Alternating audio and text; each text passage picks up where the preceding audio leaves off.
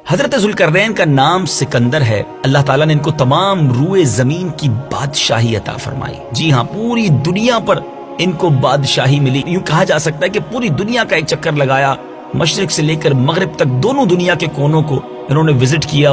حضرت ذوالقرنین نے 3 سفر کیے اور ان 3 سفروں کا حال قرآن میں بیان ہوا ہے. جی ہاں، کیسی عظیم شخصیت ہیں کہ جن کے سفروں کے احوال قرآن میں بیان ہوئے. آئیے قرآن مجید سے ان تینوں اسفار کے، ان تینوں سفروں کے احوال سنتے ہیں. پہلا سفر، حضرت ذوالقرنین رضی اللہ تعالیٰ عنہ نے پرانی کتابوں میں پڑھا تھا کہ سام بن نوح علیہ السلام کے دور میں ایک شخص آب حیات کے چشمے سے پانی پی لے گا تو اس کو موت نہ آئے گی.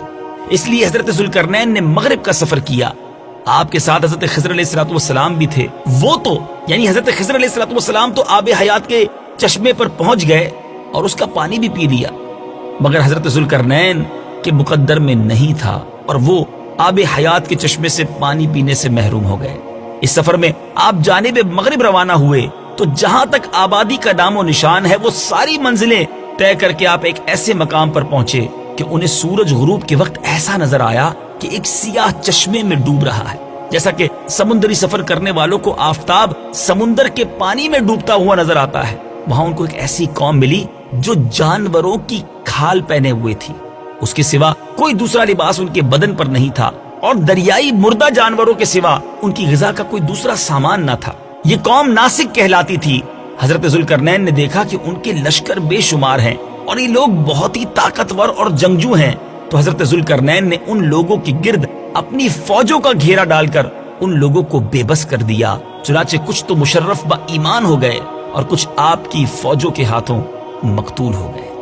دوسرا سفر، پھر آپ نے مشرق کا سفر اختیار کیا. ویسٹ کے بعد آپ نے ایسٹ کا، مغرب کے بعد آپ نے مشرق کا رخ اختیار کیا، یہاں تک کہ جب سورج طلوع ہونے کی جگہ پہنچے تو یہ دیکھا کہ وہاں ایک ایسی قوم ہے جن کے پاس کوئی عمارت اور مکانات نہیں ہے.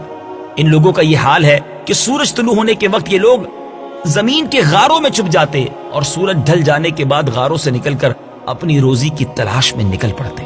یہ لوگ قوم منسک کہلاتے تھے.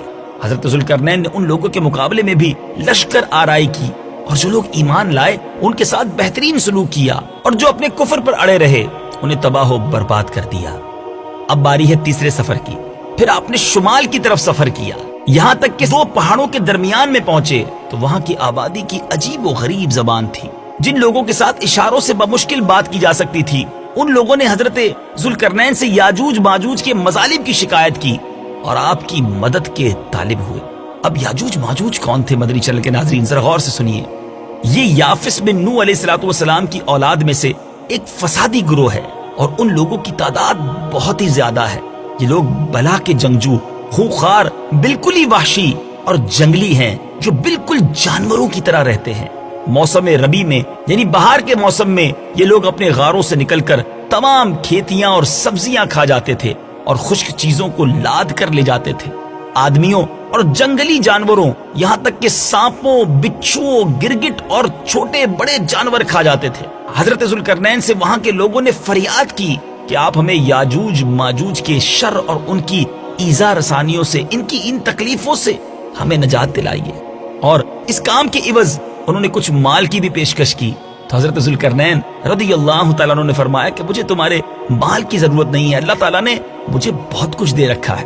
اب ایسا کرو کہ تم لوگ جسمانی محنت سے میری مدد کرو. چنانچہ آپ نے دونوں پہاڑوں کے درمیان بنیاد کھدوائی.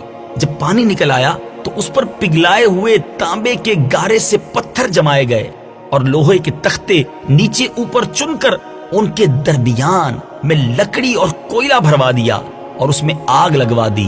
اس طرح یہ دیوار پہاڑ کی بلندی تک اونچی کر دی گئی اور دونوں پہاڑوں کے درمیان کوئی ایسی جگہ نہ چھوڑی گئی. پھر پگھلایا ہوا تانبا دیوار میں پلا دیا گیا جو سب مل کر بہت ہی مضبوط، کانکریٹ جس کو کہتے ہیں نا، بہت ہی مضبوط اور مستحکم دیوار بن گئی. آپ کو معلوم ہے کہ وہ دیوار آج بھی قائم ہے. یاجوج ماجوج جس قوم کا ہم تذکرہ سن رہے ہیں وہ خطرناک قوم آج بھی موجود ہے. جی ہاں، ہزاروں سال اس واقعے کو گزر چکے ہیں. یہ دیوار بھی موجود ہے اور یاجوج و ماجوج بھی موجود ہیں. یہ دیوار کب ٹوٹے گی؟ ذرا سنیے. حدیث پاک میں آتا ہے کہ یاجوج و ماجوج روزانہ اس دیوار کو توڑتے ہیں اور دن بھر جب محنت کرتے کرتے اس کو توڑنے کے قریب ہو جاتے ہیں تو ان میں سے کوئی کہتا ہے اب چلو باقی کل کو توڑیں گے۔ دوسرے دن جب وہ لوگ آتے ہیں تو خدا کے حکم سے وہ دیوار پہلے سے بھی زیادہ مضبوط ہو جاتی ہے۔ اب اس دیوار کے ٹوٹنے کا جب وقت آئے گا، قیامت سے پہلے جب وہ وقت آئے گا، تو ان میں سے کوئی کہے گا اب چلو انشاءاللہ کل اس دیوار کو توڑ ڈالیں گے۔ ان لوگوں کے انشاءاللہ کہنے کی برکت سے اور اس کلمے کا یہ ثمرہ ہوگا کہ دوسرے دن دیوار ٹوٹ جائے گی۔ قیامت قریب ہونے کا یہ وقت ہوگا، دیوار ٹوٹنے کے بعد یاجوج ماجوج باہر نکل پڑیں گے اور زمین میں ہر طرف فتنہ و فساد اور قتل و غارت گری کریں گے، چشموں اور تالابوں کا پانی پی ڈالیں گے اور جانوروں اور درختوں کو کھا ڈالیں گے۔ زمین پر ہر جگہ وہ پھیل جائیں گے، مگر مکہ مکرمہ، مدینہ طیبہ اور بیت المقدس، ان تینوں شہروں میں یہ داخل نہ ہو سکیں گے۔ پھر حضرت عیسیٰ علیہ السلام کی دعا سے ان لوگوں کی گردنوں میں کیڑے پیدا ہو جائیں گے اور یہ سب کے سب ہلاک ہو جائیں گے۔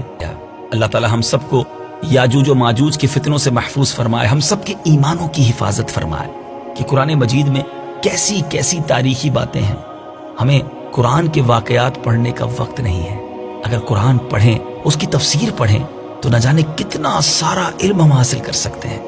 دنیا کی بہت ساری باتیں ہمیں معلوم ہیں، مگر اسلامک ہسٹری اور اسلامی واقعات ہمیں نہیں معلوم۔ آئیے نیت کرتے ہیں قرآن پڑھیں گے بھی اور اس کو سمجھنے کی بھی کوشش کریں گے۔ الحمدللہ مکتبۃ المدینہ نے ہمارے لیے ایک بہت خوبصورت تحفہ صراط الجنان تفسیر قرآن کا عطا کیا ہے۔ آپ اسکرین پر بھی صراط الجنان کا ٹائٹل دیکھ رہے ہوں گے۔ یہ بہت شاندار تفسیر قرآن اور بڑے آسان الفاظ میں موجود ہے۔ مکتبۃ المدینہ سے اسے حاصل کیجئے۔ آپ چاہیں تو اسے dawatIslami.net سے ڈاؤن لوڈ بھی کر سکتے ہیں۔ یاجوج و ماجوج کا یہ کہنا کہ انشاءاللہ کل آ کر دیوار توڑیں گے، تو انشاءاللہ کی برکت سے وہ دیوار بھی ٹوٹ جائے گی۔ اے میرے میٹھے اسلامی بھائیو، ذرا غور کیجئے، انشاءاللہ جو ہے وہ کاموں کو پورا کروا دیتا ہے۔ بعض اوقات ہم کہتے ہیں میں کل آ جاؤں گا، میں شام 5 بجے پہنچ جاؤں گا، میں پرسوں یہ کام ضرور کر دوں گا۔ اگر اس کے ساتھ انشاءاللہ بھی شامل کر لیں تو انشاءاللہ خیریت سے پہنچ جائیں گے، خیریت سے کام پورا ہو جائے گا۔ اللہ کے نام کی برکت سے ہمارے کام میں آنے والی رکاوٹ جو ہے وہ دور ہو جائے گی۔ اللہ کرے دل میں اتر جائے میری بات۔ قرآن پاک کے ان قصوں کو نہ صرف خود سنیے بلکہ اس کی ویڈیو آڈیو کلپ حاصل کر کے اپنے دوست احباب کو، اپنے رشتہ داروں کو، دیگر اسلامی بھائیوں کو بھی فارورڈ کیجیے اور اس کی نیکیاں کمائیے۔